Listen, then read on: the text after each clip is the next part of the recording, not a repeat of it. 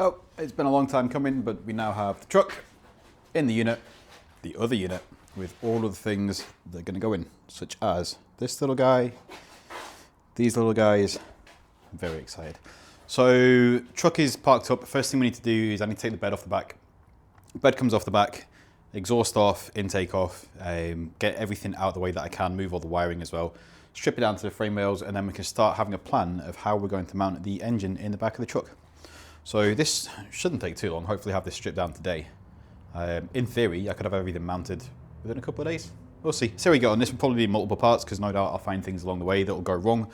So yeah, let's get cracking. Strip the little guy down, and I'm very much winging it. Like I have an idea. I have the parts I think that I'm going to need, but I'm very much winging it. So let's see what happens.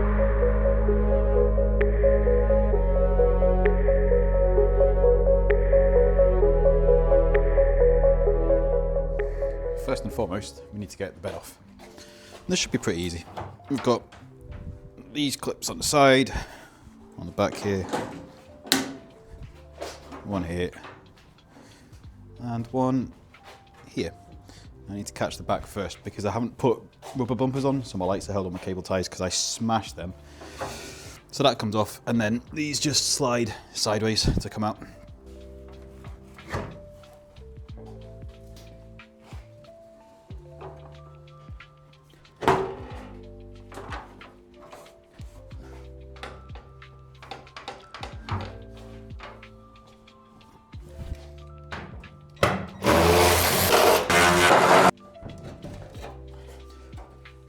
And there we have the original engine. So this, I mean, I did a round trip to Newcastle in it yesterday, and I did maybe 350 miles or so, and I think ran faultlessly. I was worried about the carb, the amount of vacuum lines on there.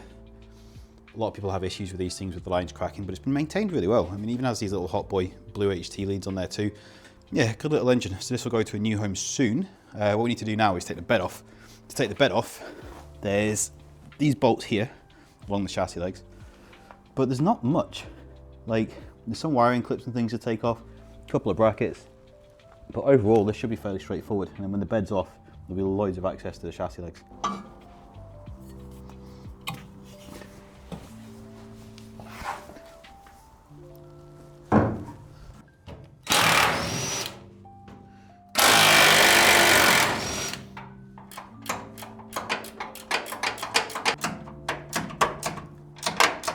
That's everything unbolted. There is basically bolts at the back, some there, a few along the front, load of clips, connecting harnesses and fuel pipes and things. So the bed's not heavy, like I can lift it. It's just awkward. And considering the fact I'm by myself, I think what I'm gonna do, put some carpet down on this side, lift it up and drop it onto its side. Some lovely delicious treats as well I can show you in. This thing's taken off, and some lovely bits of Japan that came over with it. Double up on the carpet? Yeah, it's double up on the carpet. Never have too much carpet. So just to be interesting, you're going to watch live, not live, recorded, as I tip this on its side and drop it, probably. If I lift it like so, I think that's going to go. Oh! Exactly what I meant to happen. Jeez-o. Oops. Oh, if you ever need a hand, let me know. I want to come and help you. Well, I didn't let anybody know, and I probably should have done. So now I've got to deal with this. Oops. Is that stuck on something? Ah, yes, my exhaust bracket. There we go. Whoops. Just going to stand in the middle of this chassis and just...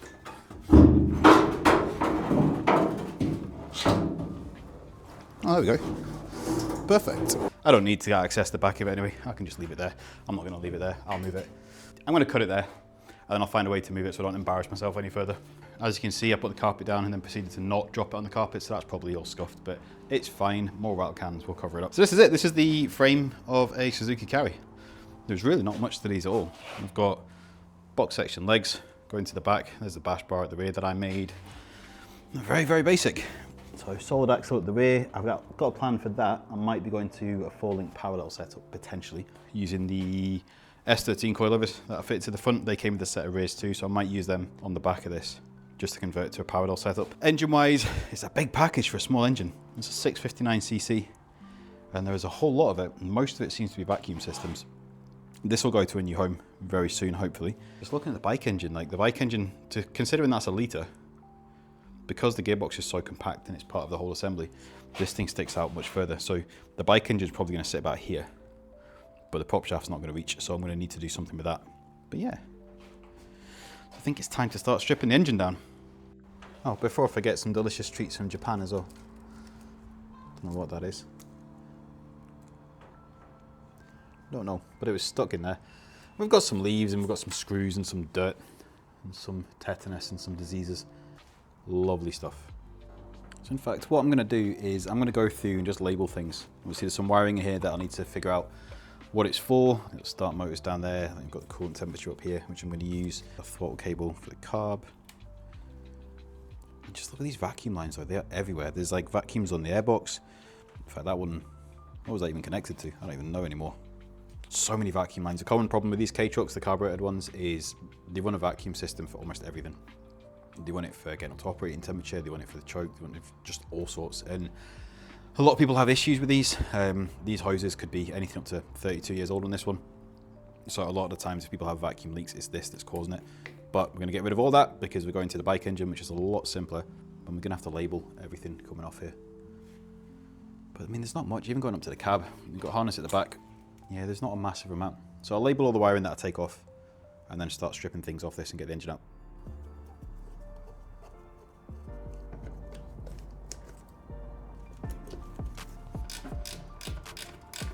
That should be that free.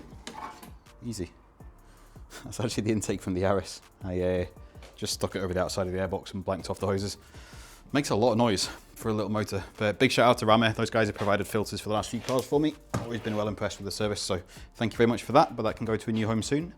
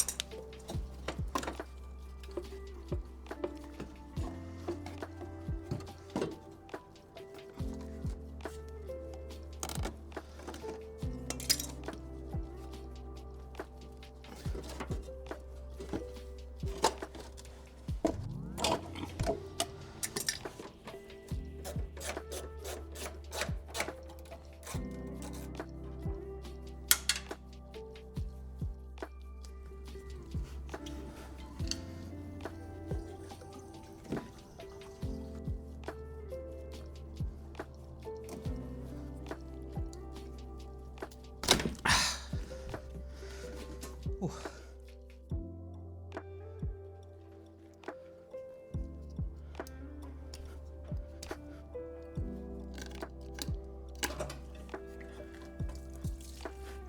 Nice. And I think that is where we're going to leave it for today. Formula 1 qualifying's on soon, so I want to get myself home, get myself fed. I've been here all day. Engine's pretty much completely stripped, ready to go. So prop shaft's off, exhaust is off, all the electrics are disconnected. There's very little on a carbed engine. You basically got 12 volts, a couple of sensors, and that's it.